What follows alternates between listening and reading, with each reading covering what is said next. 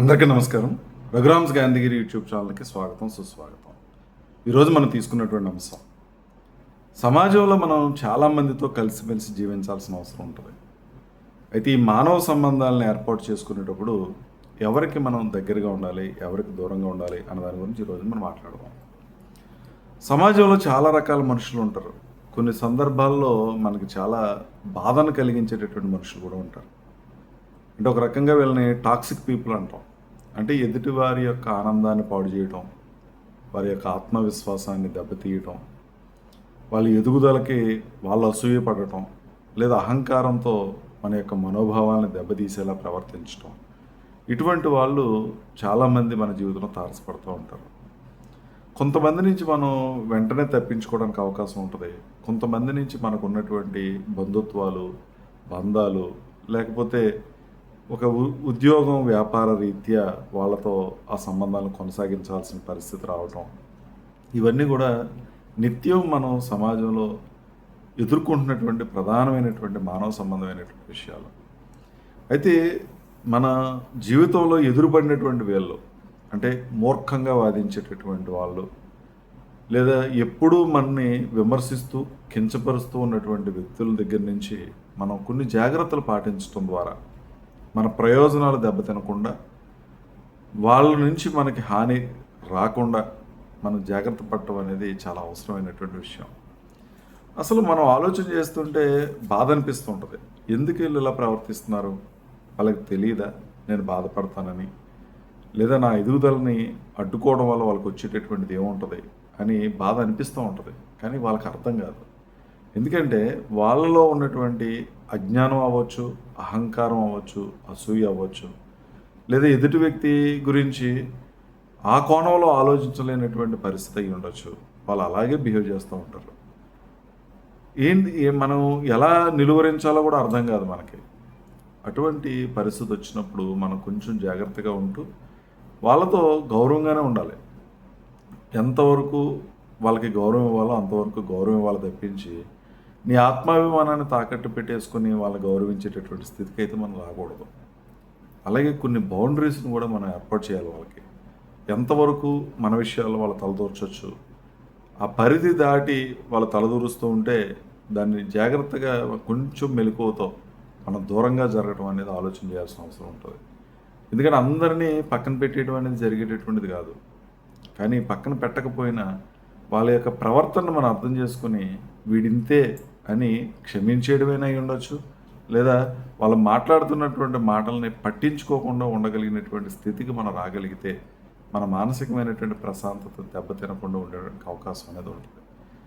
ఎప్పుడు కూడా ఎవరైతే నిన్ను బాధిస్తున్నారో, నీ విలువను గుర్తించకుండా నిన్ను అగౌరవపరుస్తున్నారో వాళ్ళ గురించి మనం కొంచెం తక్కువ ఆలోచిస్తే మంచిది. బాధ ఎప్పుడు అనిపిస్తుంది? ఎదుటి వ్యక్తి మాటల్ని మనం సీరియస్గా తీసుకున్నప్పుడు బాధ అనిపిస్తుంది. ఖచ్చితంగా సీరియస్గా తీసుకోవాలి. ఎవరు? నీ యొక్క శ్రేయస్సును కోరుకుని చెప్పేటటువంటి వాళ్ళు. వాళ్ళు ఇప్పుడు మంచి మాటలు చెప్తూ ఉంటారు, నీవు బాగు కోసం మాట్లాడుతూ ఉంటారు. వాళ్ళు మనకు అర్థమైపోతారు. ఎందుకంటే నిజమైనటువంటి నీ తప్పును వాళ్ళు గుర్తిస్తారు, దాన్ని మాత్రమే మనకు చెప్తారు. దాన్ని సరి చేసుకుంటే మనం ఉన్నతంగా ఎదుగుతాం. కొంతమంది నువ్వు ఎంత కష్టపడుతున్నా, ఎంత పని చేస్తున్నా అదే పనిగా విమర్శించేటటువంటి వాళ్ళు ఉంటారు. అదేంటి? ఓర్వలేనితనం, అసూయ, లేదా నువ్వు ఎదిగిపోతున్నావు అనేటువంటి ఒక బాధతో వాళ్ళు మాట్లాడుతున్నటువంటి పరిస్థితి ఉంటుంది. వాళ్ళు అంగీకరించరు వాళ్ళ తప్పుల్ని. వాళ్ళు మాట్లాడుతున్నటువంటి మాటలు వాళ్ళు సమర్థించుకుంటారు. ఎట్టి పరిస్థితుల్లోనూ వాళ్ళ తప్పు అని అనరు.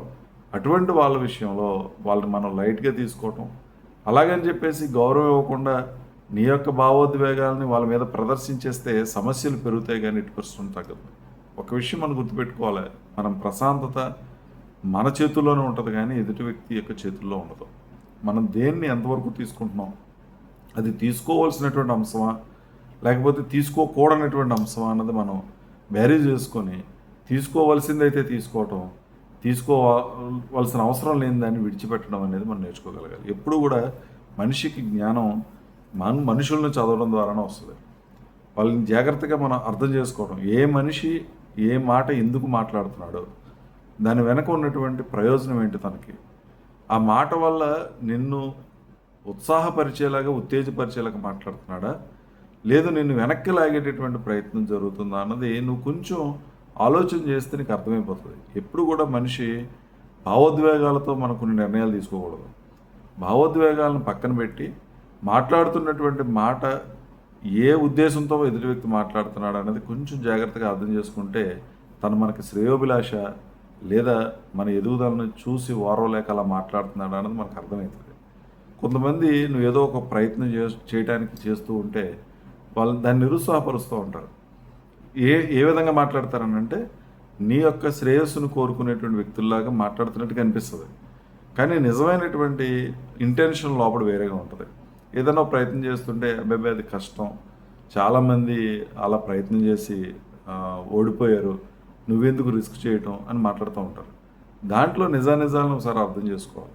అంటే ఆ మాట్లాడుతున్నటువంటి వ్యక్తి నీకు శ్రేయోభిలాష లేకపోతే తను ఏ ఉద్దేశంతో మాట్లాడుతున్నాడు నువ్వు అర్థం చేసుకుని నిర్ణయం మాత్రం నువ్వు మాత్రమే తీసుకోవాలి. ఎప్పుడు కూడా మనిషి ఎదుగుదల అనేది తను ఎంపిక చేసుకున్నటువంటి మనుషులను బట్టి ఆధారపడి ఉంటుంది.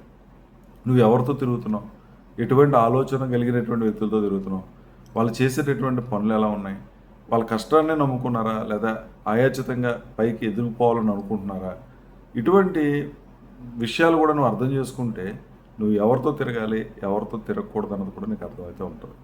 ఎట్టి పరిస్థితుల్లోనూ మూర్ఖులతో గెలవాలనే ప్రయత్నం ఎట్టి పరిస్థితుల్లో చేయొద్దు. ఎప్పుడు వాళ్ళు ఓడిపోరు, నువ్వే ఓడిపోతావు. ఎందుకు ఓడిపోతావు అని అంటే ఆ మూర్ఖత్వంలో పడిపోయి నువ్వు కూడా మూర్ఖుడిగా తయారైపోతావు. ఎప్పుడు కూడా మూర్ఖులతో గెలవాలని ప్రయత్నం చేయకు. నీ మనశ్శాంతిని నువ్వు కాపాడుకోవడమే నిజమైనటువంటి గెలుపు. ఎవరు ఎలా ఉన్నా, ఎవరి ప్రవర్తన ఎలా ఉన్నా, ఎవరి మాటలు ఎలా ఉన్నా నిన్ను నువ్వు కాపాడుకోవటం, నీ విధానాలకు నువ్వు నిలబడి ఉండటం, నీ విలువలకు నువ్వు కట్టుబడి ఉండడమే మనిషి నిజమైనటువంటి సక్సెస్ దాని మీద ఆధారపడి ఉంటుంది. సాధారణంగా మనం ఏదైనా మంచి జరిగితే మందంటాం, ఏదైనా జరగకూడదు జరిగితే ఓటమి పాలైతే ఎదుటి వాళ్ళ మీద నెట్టే ప్రయత్నం చేస్తాం. నేను వాడితో తిరగబట్టి వీడితో తిరగబట్టి ఇలా తయారయ్యాడు. మన పేరెంట్స్ కూడా నీకన్నా నువ్వు ఎవరితో తిరుగుతున్నావు వాళ్ళ మీద నెపం నెట్టే ప్రయత్నం చేస్తూ ఉంటారు. మా వాడు చాలా మంచోడండి, వాడితో తిరిగి ఇలాగ అయిపోయాడు. కానీ ఇక్కడ ఎదుటివాడు నీ యొక్క విజయాన్ని అపజయాన్ని నిర్ణయించేటటువంటి వ్యక్తి అవ్వడం కేవలం నువ్వు మాత్రమే నీ సక్సెస్ కానీ నీ ఫెయిల్యూర్ కానీ కారణం. అంత అవకాశం ఎదుటి వ్యక్తి ఇవ్వకూడదు. మరి ముఖ్యంగా ఈ టాక్సిక్ పీపుల్, ఈ మూర్ఖులు ఎవరైతే ఉన్నారో వాళ్ళకి నీ పర్సనల్ విషయాలను కనుక షేర్ చేస్తే భవిష్యత్తులో చాలా నష్టాన్ని నువ్వు చూడాల్సిన పరిస్థితి వస్తుంది. ఎందుకంటే వాళ్ళు ఎప్పుడు ఎక్కడ ఎలా ఉంటారో తెలియదు. ఈరోజు అవసరం ఉంటే నీ దగ్గర ఉంటారు, నీతో అవసరం తీరిపోతే మరొక దగ్గరికి వెళ్తారు. వెళ్ళినప్పుడు నువ్వు షేర్ చేసుకున్నటువంటి ప్రతి విషయాన్ని బయటికి షేర్ చేస్తారు. దానివల్ల నీకు విపరీతమైనటువంటి కష్టం నష్టం వచ్చేటటువంటి పరిస్థితి ఉంటుంది. అందుకని నీ బౌండరీస్ నువ్వు నిర్దేశించుకో. ఎవరితో నేను ఎంతవరకు ఉంటున్నాను, ఏ విషయాలను వారితో షేర్ చేస్తున్నాను, మూర్ఖుడితో ఉంటున్నానా, మంచి వ్యక్తితోనే ఉంటున్నానా, నిజమైనటువంటి శ్రేయోభిలాష్ వీడేనా, లేకపోతే నా గెలుపుని చూసి అసూయపడేటువంటి వ్యక్తితో ఉంటున్నానా. అటువంటి వ్యక్తులకి కనుక నీ పర్సనల్ విషయాలు చెప్పి లేదా నీ ప్రతి ప్లాన్ వాళ్ళకి చెప్తే చాలా ఇబ్బందులు ఎదురైతే పరిస్థితి ఉంటుంది. ఎప్పుడు కూడా మనిషి ఎదుగుతున్నటువంటి క్రమంలో తను తీసుకున్నటువంటి ప్రతి నిర్ణయాన్ని షేర్ చేసుకోవాల్సిన అవసరం లేదు. కొన్ని విషయాలు నీలోనే ఉండాలి, నీ ప్రయత్నంలో కనిపించాలి. నీ గెలుపు తర్వాత ఆ విషయం బయటకు అర్థం అవ్వాలి తప్పించి ప్రతి ప్రణాళిక నువ్వు బయట వాళ్ళకి చెప్తే దాన్ని వాళ్ళు నిరుత్సాహపరుస్తారు లేదా నీ ఎదుగుదలను అడ్డుకునేటువంటి ప్రయత్నం చేస్తారు. ఈ సమాజంలో నువ్వు ఎదిగిపోతూ ఉంటే ఆనందించే వాళ్ళు చాలా తక్కువ మంది ఉంటారు. ఎవరన్నా ఉంటే అది నీ తల్లిదండ్రులు అయితే ఉంటారేమో కానీ మిగిలిన వాళ్ళందరూ కూడా అసూయపడి దాని వల్ల నేను శత్రువుగా చూసేటటువంటి పరిస్థితి ఎక్కువ మనకు కనిపించే అవకాశాలు ఉన్నాయి. అందరూ అంటారు బాగుండాలి నువ్వు అంటారు, కానీ నిజంగా బాగుంటే చాలామంది ఓరలేని పరిస్థితుల్లోనే ఉంటారు. కాబట్టి ఈ మానవ సంబంధాల ఎంపిక విషయంలో మరి ముఖ్యంగా హాని చేసేటటువంటి వ్యక్తుల విషయంలో నిజంగా వాళ్ళని నిందించవద్దు. మామూలుగా అనిపిస్తూ ఉంటుంది వీడు మూర్ఖుడు, వీడిని మార్చాలి అని ప్రయత్నం చేస్తాం.